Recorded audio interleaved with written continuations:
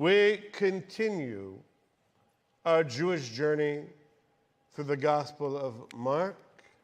We will simply review that which where we have been. We are still in chapter 1. Mark has got long chapters.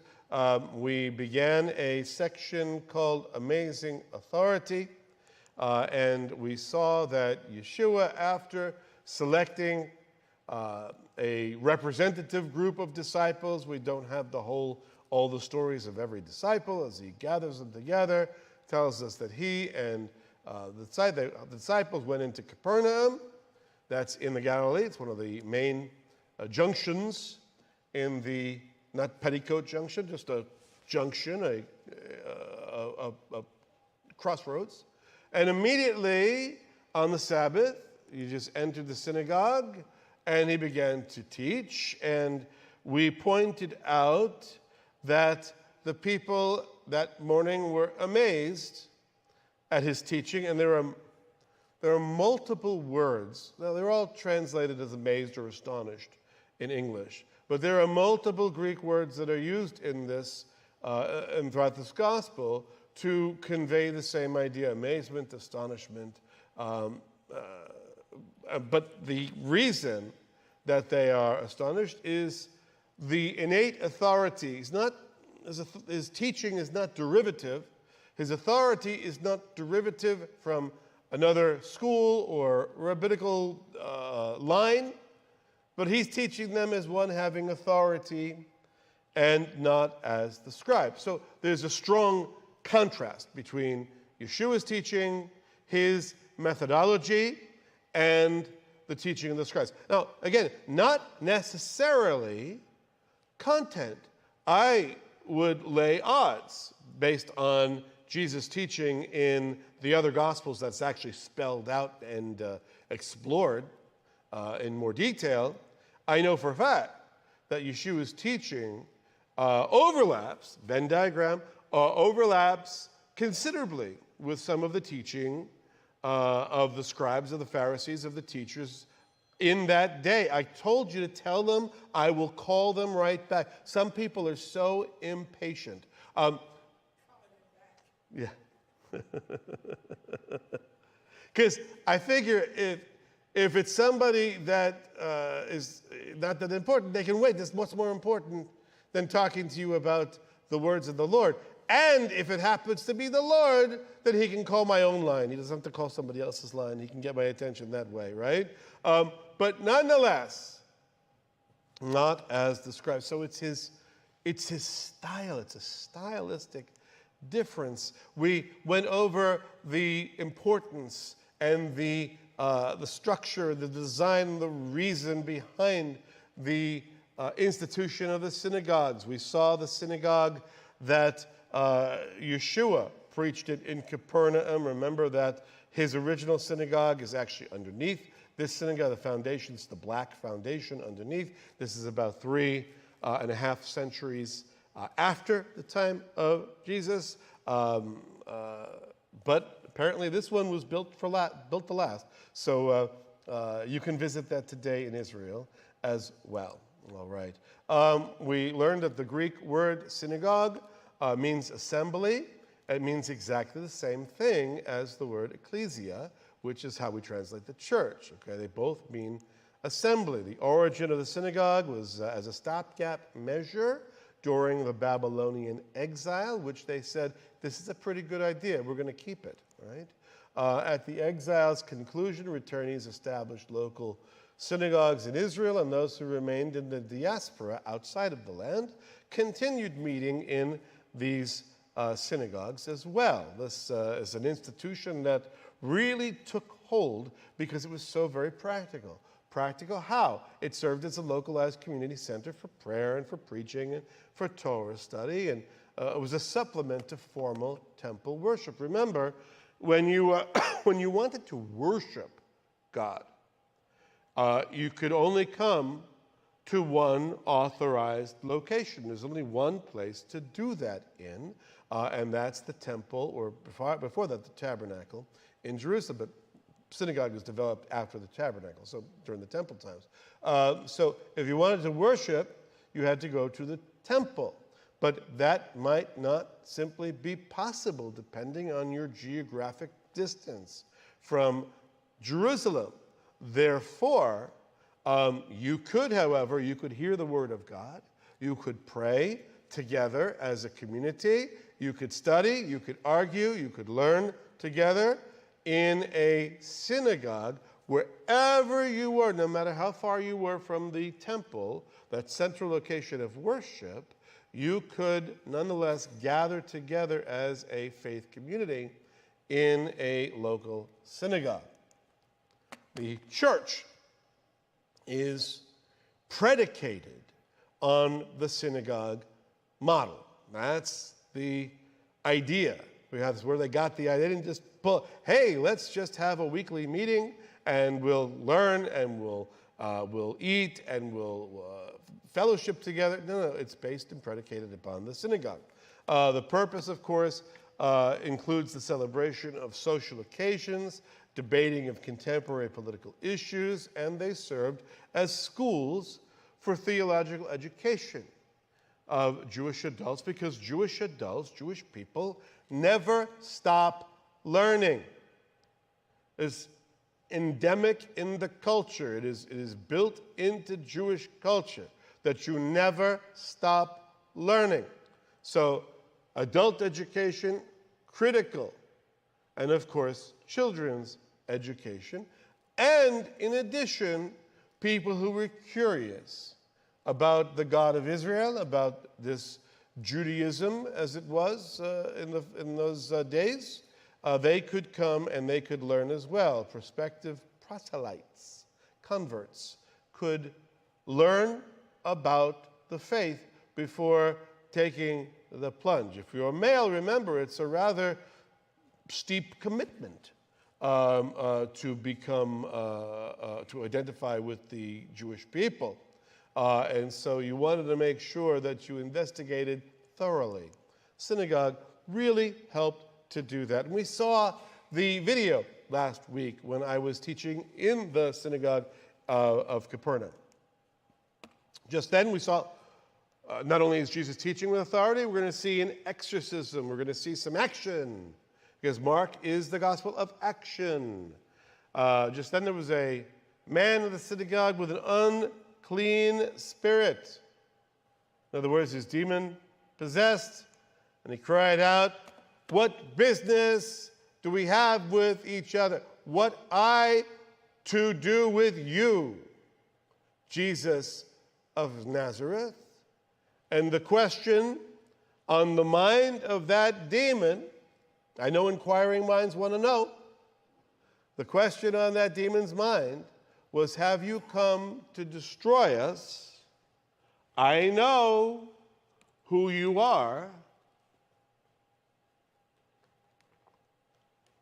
the Holy One of God. In other words, it's a very strong statement, which is equivalent to saying, I know you are the Son of God. I know you are the Messiah of God. You are the representative of God. You're the Holy One of God. Demon recognizes who Yeshua is right there in his midst. Well, in his midst. Well, we looked at a chart which we will be adding to as we go through the book of Mark. Because remember, Mark kicks off with its initial statement. Mark 1, the beginning of the good news of Jesus Christ, Yeshua, the Messiah, HaMashiach, the Son of God. Mark shows you his cards right away. He leads with his conviction regarding Jesus' identity. And he throws down the gauntlet for you, the reader. Do you or do you not agree?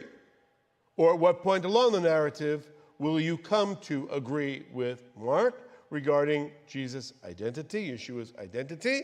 And so, having laid down this challenge, he begins to reveal Jesus' messianic identity and show us how many individuals and groups begin to recognize who Jesus is.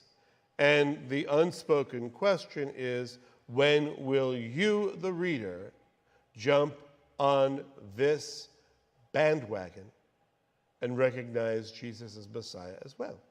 So, by this point in the story, and again, at this point, we were 24 verses in last week, and we see Mark, and we see John, of course, Johnny B., the Baptist, and we see, of course, God the Father and God the Spirit recognizes Jesus as Messiah.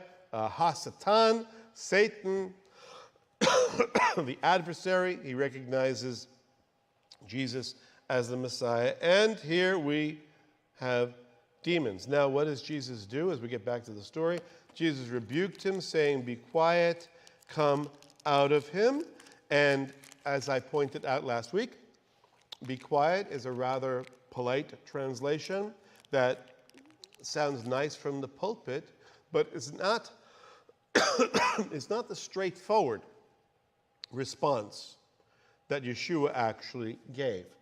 If we were to put in plain English exactly what Jesus said, because even "be quiet," the way that works grammatically, the expectation is that you would restrain yourself from talking, right? Which you could assume that 5th or 6th graders could do in your classroom. Be quiet. But Jesus is not talking to a 5th or 6th grader. He actually says, "Be muzzled,"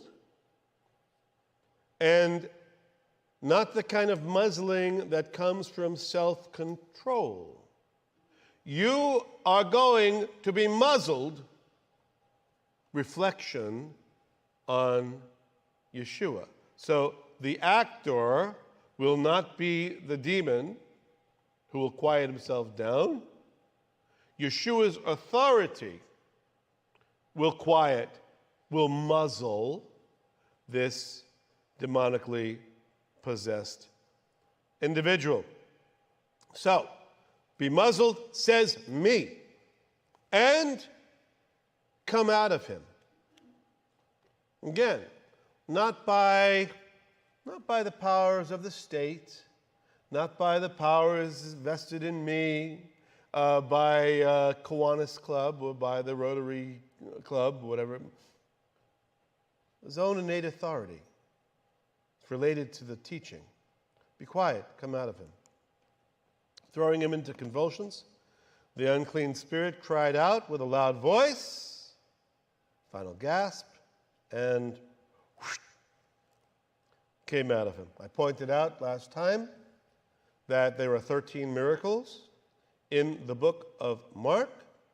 4 of them have to do with exorcisms, with demon possession. So about roughly a third of the miracles deal with demon possession. We don't see this level of demon possession, of demonic activity, in the Hebrew Scriptures. And we do see some in the book of Acts, right, in the generation that follows the death, burial, and resurrection of our Messiah. But we see a concentration of demonic activity and effort during Jesus' earthly ministry, right? We have this focus. And so what we see here, and remember that the way you would exorcise a demon, Jewish people have written a lot about this. They have whole recipe books, whole formulas of how to get rid of a demon. It was a popular pastime to, with the increase of demonic activity, you had the increase in exorcisms, and the prescribed way is to find out the demon's name. And once you find out the demon's name, however you learn the name of the demon, trick him, whatever, you can gain control over the demon by knowing his name and order him around. Now, that, which doesn't always work. You remember the story in Acts with the 7 sons of Sceva, right? They try to use Paul's formula in the name of Jesus. And the demons answer them, Jesus we know, we recognize that name. Paul we know, but who are you? And beat them all up. So it doesn't always work. But for Jesus, he doesn't have to find out the name of the individual demon. And so, nonetheless, he's out. And they were all amazed. There's the crowd, once again. So that they debated among themselves. Imagine Jewish people debating among themselves, saying, what are they talking about? What is this? New teaching with authority. It's a completely new style. And not only the teaching, he commands even the unclean spirits, and they obey him. So, the teaching and the miracles work in conjunction together, one to support the other, and both of them reveal his authority. Immediately, the news about him spread everywhere into the surrounding district of Galilee. How do you build a reputation post-haste? How do you build a speedy, quick reputation? How about an exorcism? That will start your ministry. How about do a public miracle and punctuate it with teaching, vice versa. Punctuate your teaching with a public miracle. And so, what have we seen? Talking about amazing authority thus far. Now, time for another chart, which we will again increase the list as we go through the book. Jesus' authority over the Hebrew Scriptures, which we saw in the 22nd verse, and now the 27th verse, we saw that he has authority over demons. Now, we move on to new material, amazing authority 2, new section that begins with the next verse. And immediately after they came out of the synagogue, they came into the house of Simon and Andrew with James and John. When I say Simon in the Gospel of Mark, we're talking about Peter. In Peter's own story, he doesn't go by the name of Peter until he actually is given the nickname from Jesus of Rock, right? But so Simon and Andrew are brothers.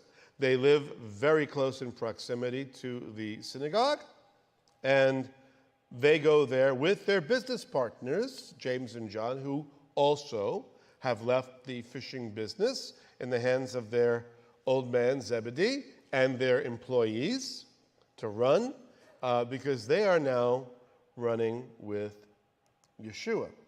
And when we talk about the proximity between the synagogue and Peter's house, you see all of those squares that are below the synagogue, that you can see there, those are all homes. Those are whole home areas, excavated homes, until we get to right across the other side of that is Peter's home. And, what do they say about real estate? The 3 most important things about real estate are location, location, location. Exactly right. And Peter's home is directly across from the synagogue. And if you look at I'm going to show you in a video in a second, but this is a better picture.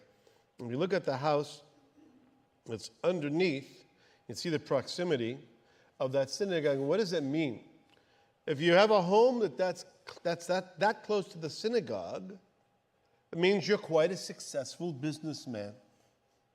And that shouldn't surprise us from what we read previously about Simon and Andrew and James and John, this business concern, this fishing business they had with employees. They have a conglomerate with men who work for them, and that can continue the business in their absence. Right? And Peter is certainly doing fairly well, as evidenced by his home.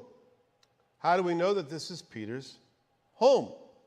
Well, Christians at some point, they contributed some graffiti indicating that this is used as a church home.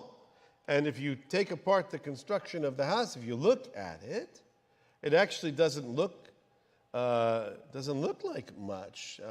That center room right there, that's the center of the house. That's the center room. That is the largest room in the home.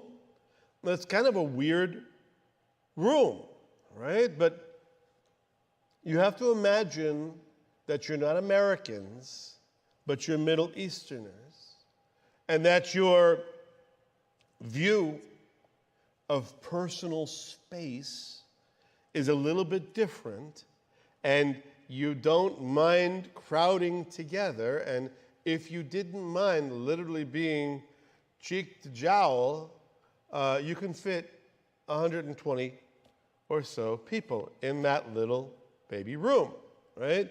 If Jesus is teaching, then they can fit lots of people in that room. And there are, of course, outer rooms that are used for various other reasons. But that's the meeting room, the central room of the house. Let me show you a little brief video.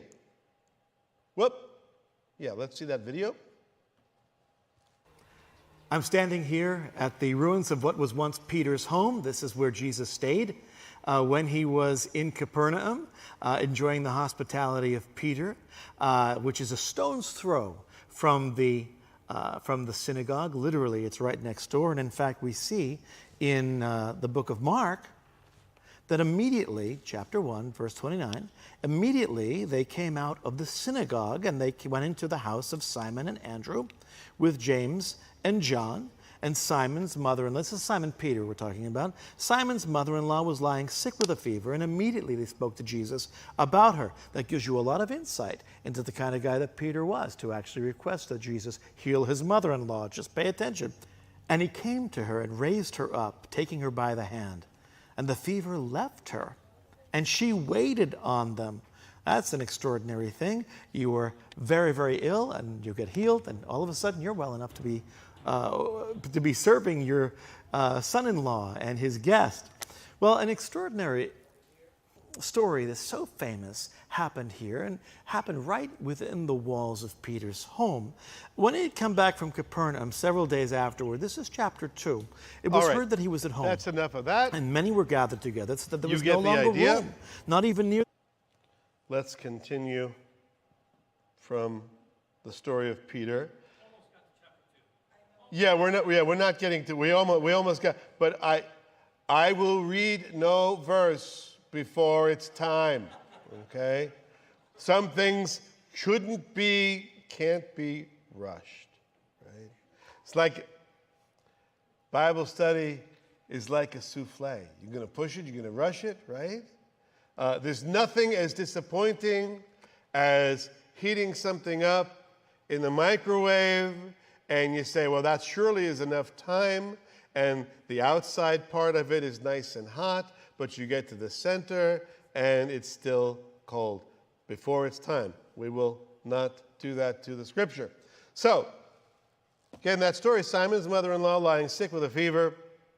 Immediately they spoke to Jesus about her. Now that, if you read between the lines, really indicates that Peter loves his mother-in-law. When your mother-in-law gets sick, you have some choices. But Simon goes right to Jesus, right?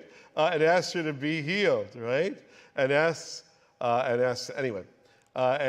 He came to her, and he raised her up, taking her by the hand, and the fever left her. She waited on them. That's a verse that's pregnant with importance. Why so? Well, let's deconstruct it. Right? First of all, it reveals to us Jesus' style. Now, we know from other stories in the Gospels, like, for example, in Luke, the story of the centurion. And Jesus, well, all you need to do is speak the word. I'm a man under authority. You have authority. You don't have to come to my house. Just speak the word. I know he'll be healed. And that's what happened.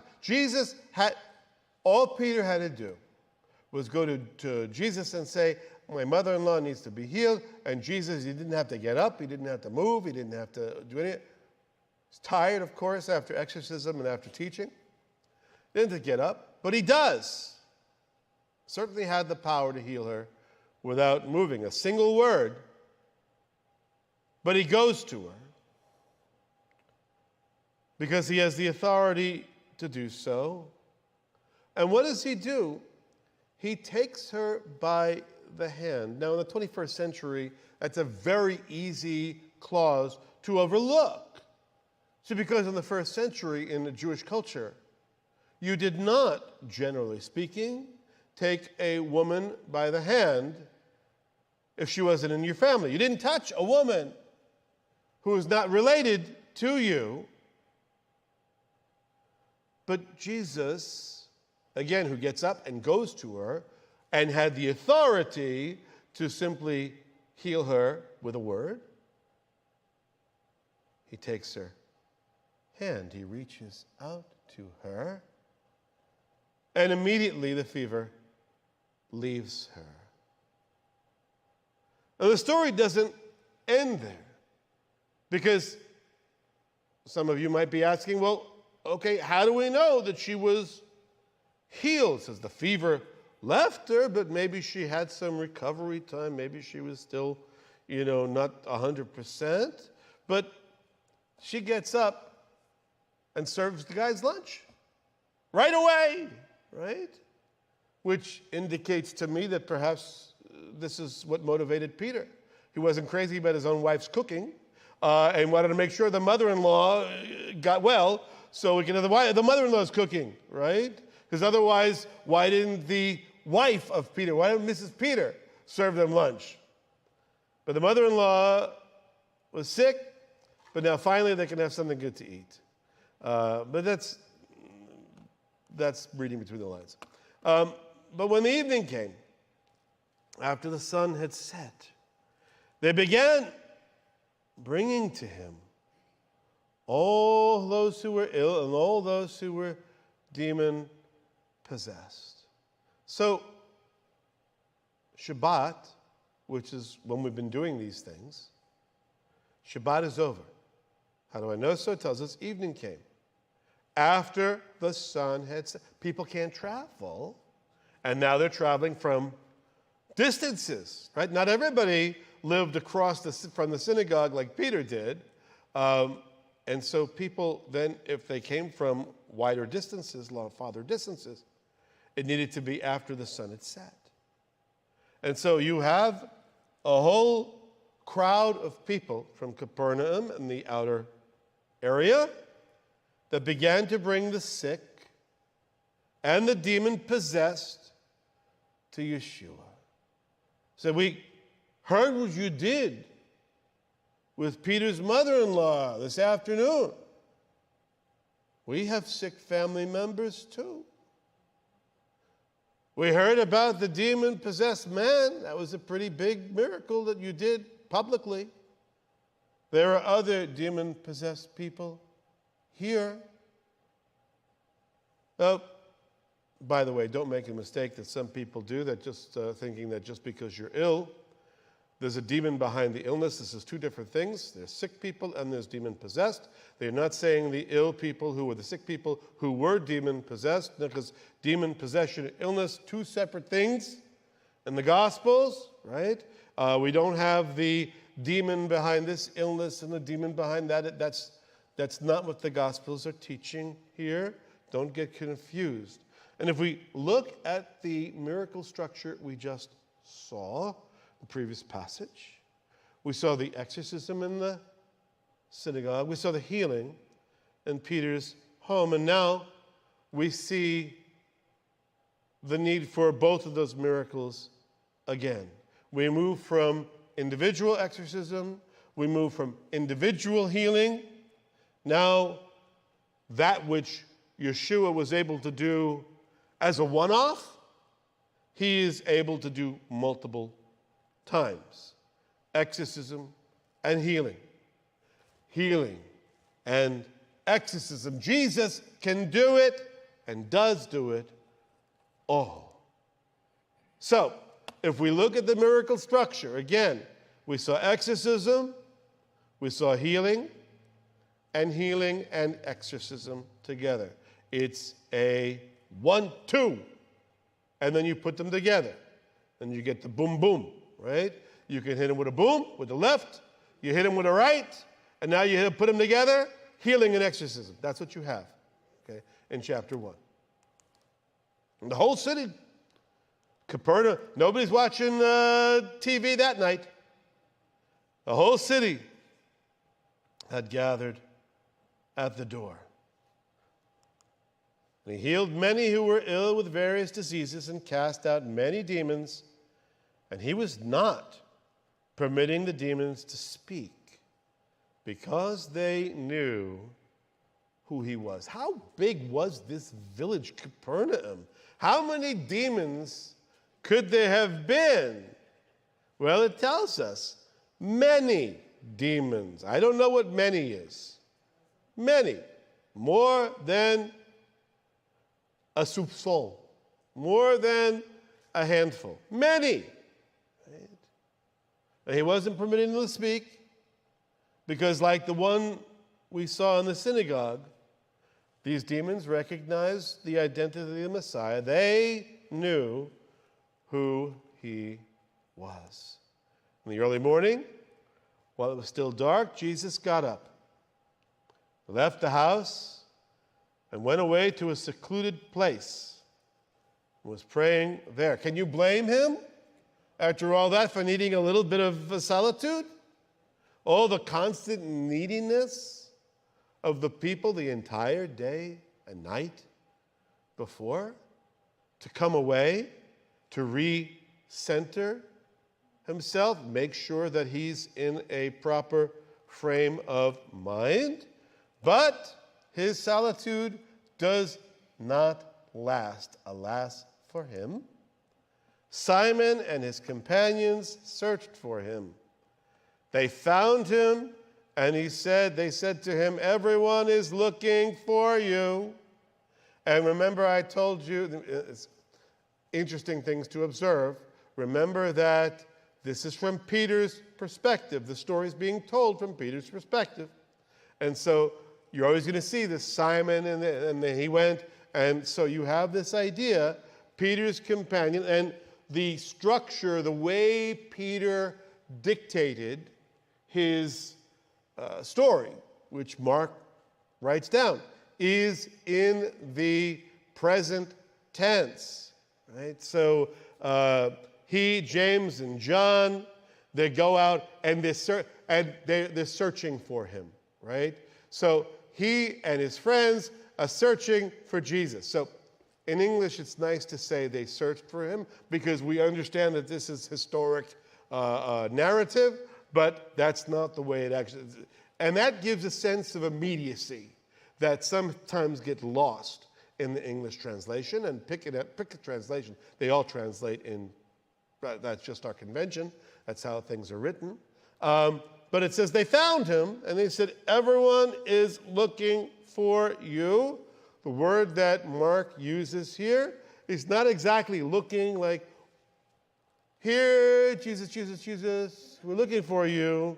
It's a stronger word used often of hunting, where everyone's hunting for. So you see the edge there. No wonder Jesus needed to get away, right? Once, and this is why Jesus had to keep the demons and the recognition of his identity on the QT. Because once people get an idea of who Jesus really is, there goes peace and quiet, right? Then you're dealing with everybody else's agenda, right? So, they're hunting for you. And what are you doing here? Praying. There's a lot of work to be done. See, Jesus' friends, his disciples, they've got his calendar filled up already, right? Those are good employees, right? Those are good workers. And our last verse here, he said to them, let us go somewhere else, to the towns nearby, so that I may preach there also. For this is what I came for. It's always nice to see purpose statements. As we prepare to take communion this morning, as we prepare to remember the sacrifice of our Messiah, and know what our purpose is, it's nice to be reminded of the purpose of Jesus when we have a purpose statement, right? You always look for the who, what, where, when, how, and especially why. Tell me why you do what's motivating you, Jesus? What's keeping you going? And Jesus' self-designated purpose statements, that I may preach, not only here, but in the entire region of the galaxy. My purpose in coming as the Messiah, in this incarnation, in this ministry for right now, is not to be the greatest show on earth. He could have stayed in Capernaum and repeated the previous day and night. Didn't need to do that. He's not trying to be the greatest show on earth. He's not trying to cast out as many demons as he can. He's not to heal as many diseases as he can. That would be very nice, but that's not his purpose. Right? What is my purpose, he says? That I may preach, for that is what I came for. The poor will always be with you.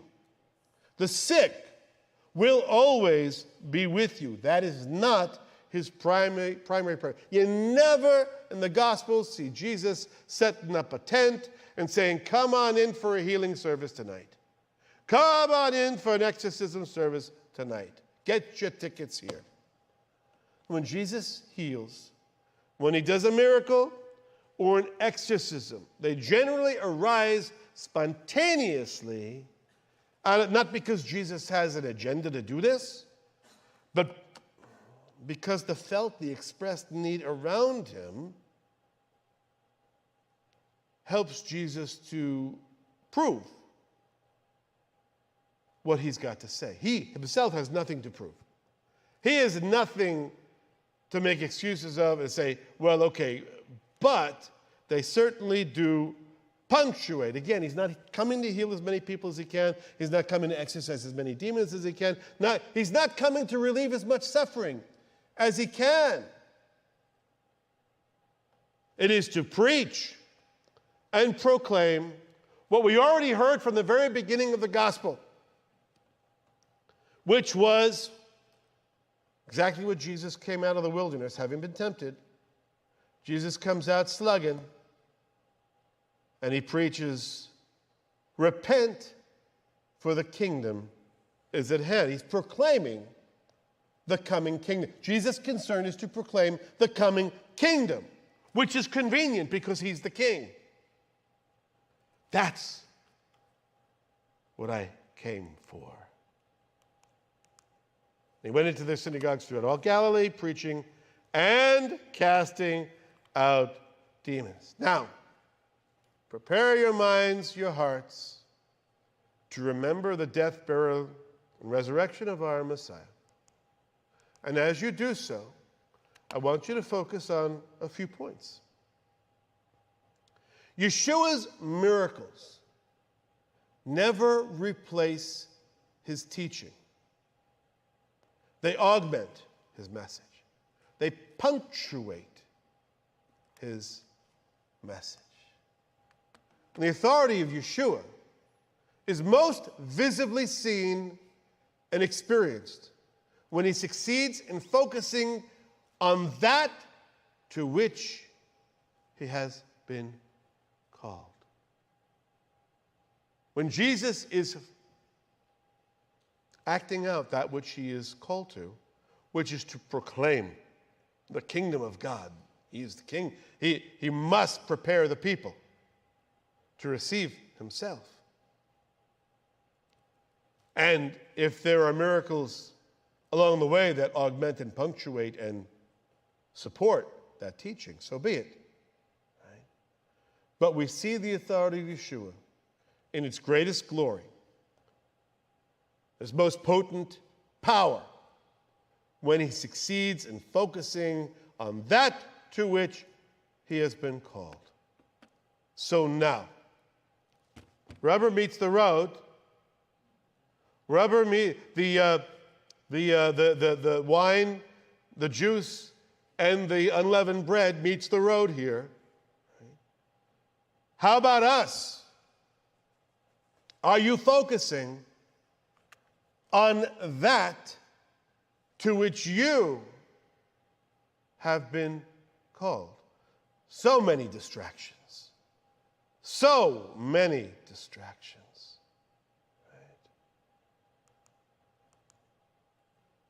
But what have we been called to do? We have been called to follow Yeshua. So, as you prepare your hearts and minds, and where's the bread and is it back there? We have it? Let's start distributing it. Well, I want you to think about this, and we'll take communion together when everybody has it. But we've been called to follow Yeshua. So, what distractions are impeding you, thank you, following the Messiah? Think about the distractions. Think about the daily pressures, the daily issues, children, work, your Netflix queue, your car, so many things, your health. Right? How can you follow the Messiah this coming week? Let's make it practical, right? We don't need to be ethereal and abstract philosophically. How can they follow the Messiah? Practically speaking, examine your life every day this week. Let's take the next week between now and when we see each other again. Day by day, note the distractions that come upon you and keep you from being the best disciple of Jesus, of Yeshua, that you could be. I'll give you my number one distraction. Guarantee. Ding, the ding, ding, ding, ding. God forbid that somebody puts me on a group text.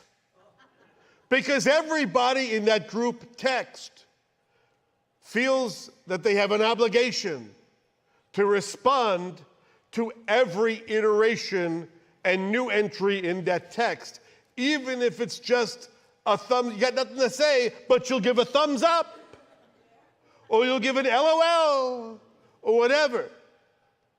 Can't you ever just let a text lie, right?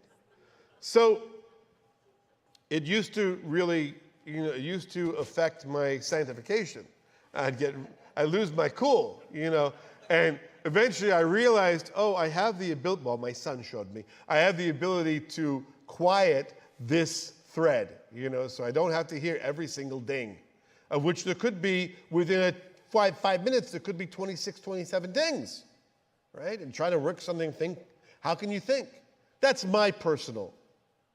But today, tomorrow, Monday, Tuesday, work week, whatever, think about the distractions that impede you from being Doesn't have to be my distraction, right?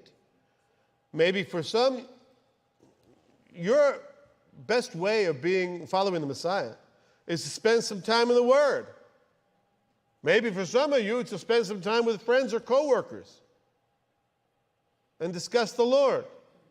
Maybe for some of you, it's to talk to strangers about the gospel. Maybe you know somebody who's ill and could use a meal and tell you, I don't know what their needs are, but I know that Andy and Lucille have been sick. Right? With a directory, you'll be able to just reach out and touch. Hey, do you need a meal? Being sick is a distraction, right? The aches, pains, and indignities of getting older are distractions, right? You wake up and you have an unexpected pain that you never had before. Where did that particular ache come from? But you're going to have to deal with it for the rest of the day and maybe longer. What can you do to bless somebody? And tell you there's a family here who the last time I was sick, I think I had COVID, I don't remember what it was, but I was sick. And they ordered up Whole Foods or whatever it was, order of groceries and sent them to my house. One less thing for us to have to worry about. What are we going to eat this week in a sick house? Right? That was phenomenal. Right? Maybe God is calling you this week to a time of prayer. What's distracting you from these awesome things? If at the end of the week, somebody dragged you into a court of law, would there be enough evidence to convict you of being a follower of the Messiah? Or would your defense be, well, there were several distractions, right? Right? The Gospel of Mark is the gospel of action.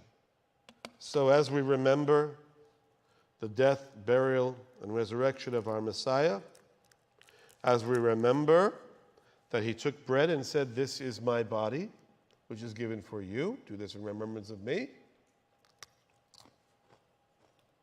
And as we remember the cup, he said, this is the new covenant in my blood, poured out for the many, for the forgiveness of sin.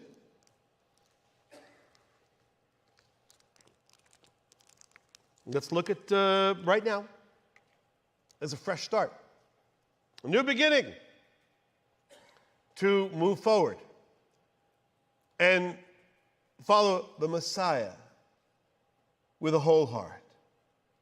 Not a half, not a 3/4, not a 9/10 heart, but a whole heart. To follow Jesus and focus on that to which you have been